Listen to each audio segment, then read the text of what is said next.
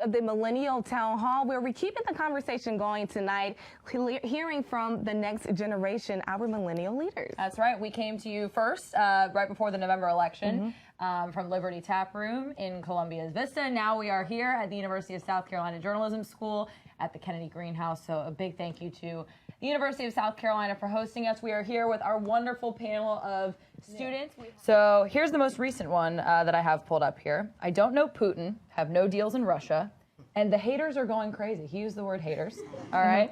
Yet Obama can make a deal with Iran, #1 in terror, no problem. There are a number of things there. Anybody else want to kind of respond to his use of language and the way that he addresses and being everyone? Millennials? I know that you use your phones all the time, so does that engage you in a different way? Hi, I'm Katie Freeman, and I think, as you mentioned, it's really interesting that he's using Twitter because I think he's trying to relate to this millennial generation in a new way.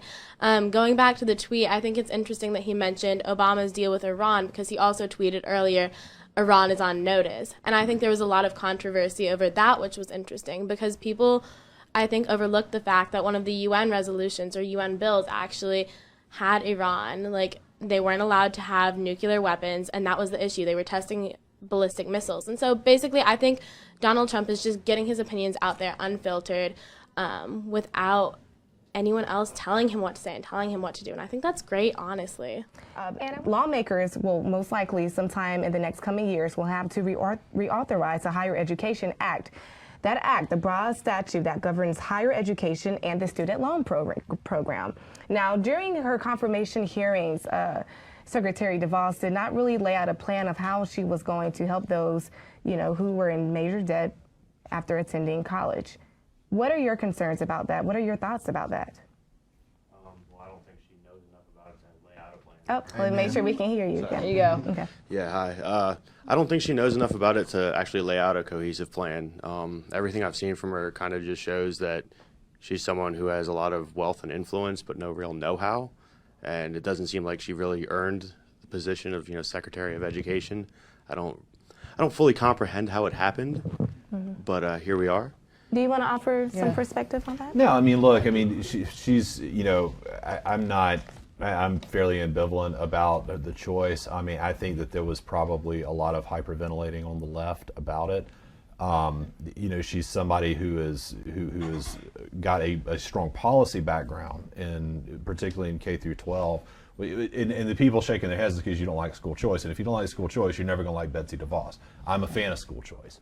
I think it would have probably been smart for President Trump to keep his powder dry on a less controversial choice because he's going to have a big fight on his hands with Supreme Court justices. From my perspective. So this is temporary, right? It's a temporary ban, but of course the Syrian refugee program has been suspended indefinitely. So what is your take on just that as a policy? Do you feel like we should allow our elected officials to be able to ban people from the country, even if it is temporary?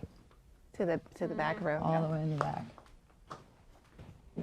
Paige is getting her exercise. Yes, she is. Thank you, Paige.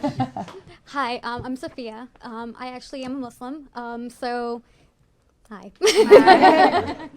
So this ban was, I guess, more home-hitting for me. Having my family travel and stuff like that is getting worried. We are all, U.S. citizens. However, I've heard stories of Muslims who are U.S. citizens, who have U.S. passports, who are still getting detained and questioned and, having a lot of issues with traveling since this travel ban. And it definitely is, I think, an overreaction. The 7 countries that he's banned, they haven't had, apparently there's been arguing that there isn't any real issue with them coming over and doing terrorist attacks in the U.S.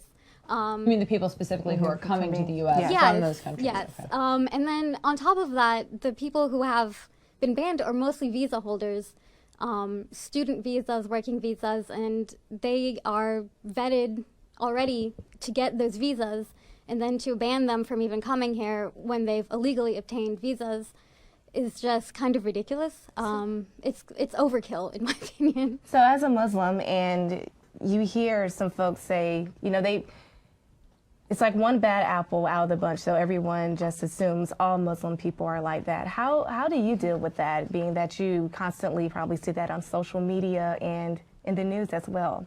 Yeah, I think since people just kind of stereotype and it's a blanket ban on, not a blanket ban, but like a blanket view on Muslims, they don't realize the true facts of what the religion is about or what people who follow this religion are actually doing. I mean, the people that I know in the Muslim community, they're doctors, they're teachers, they're, husbands, wives, daughters, they go about their everyday lives. They're Americans. They, they don't have any ill will towards America or the government, that kind of thing. I personally haven't had like a big prejudices against me particularly, but I know people who have had issues just from various people. And is there anything you would like to clarify? I'm glad that you're here. Is there anything that you would like to clarify about the religion and the beliefs? Oh, that's that's a big task. There's so many stereotypes, a lot of bad stereotypes. But I mean, majority of Muslims are peaceful people. The people that you see on TV, the radicals, they are obviously extremists. They are on the very, very extreme. They are using religion in a way that our religion doesn't teach these things. They're not teaching violence. They're using religion to justify their crazy agendas, their whatever they agree with, and they're using religion to try to coerce people to join them on their crazy train. All right, we'll get some more input. So when Trump made this call, I understand why it made so many people angry. It made perfect sense. But you have to think about it like this. Like, think about why you have alarms on your house. Like, I'm sure plenty of people have the alarm settings on their house. You don't lock your doors at night, not necessarily just to keep everybody out, but to protect what you love inside. Like, you're doing that. And I also think that like Katie said, it was dealt not in the best way. And I also think that it was very, not, mishandled, I guess. Mm-hmm. But what I'm trying to think about, I know we're, trying to, wrap things up soon, but, what I'm trying to say is we're not Democrats first. We're not Republicans first. I'm quoting Obama when I say this, but we're not Democrats first. We're not Republicans first. We're Americans first. And America was built on immigrants. When I say that, it's African Americans, whites, Muslims, Asians, every different race you can find in this country. And that is how America was built. So there's two sides to the story, but I think everyone's opinion in this scenario matters. Does anyone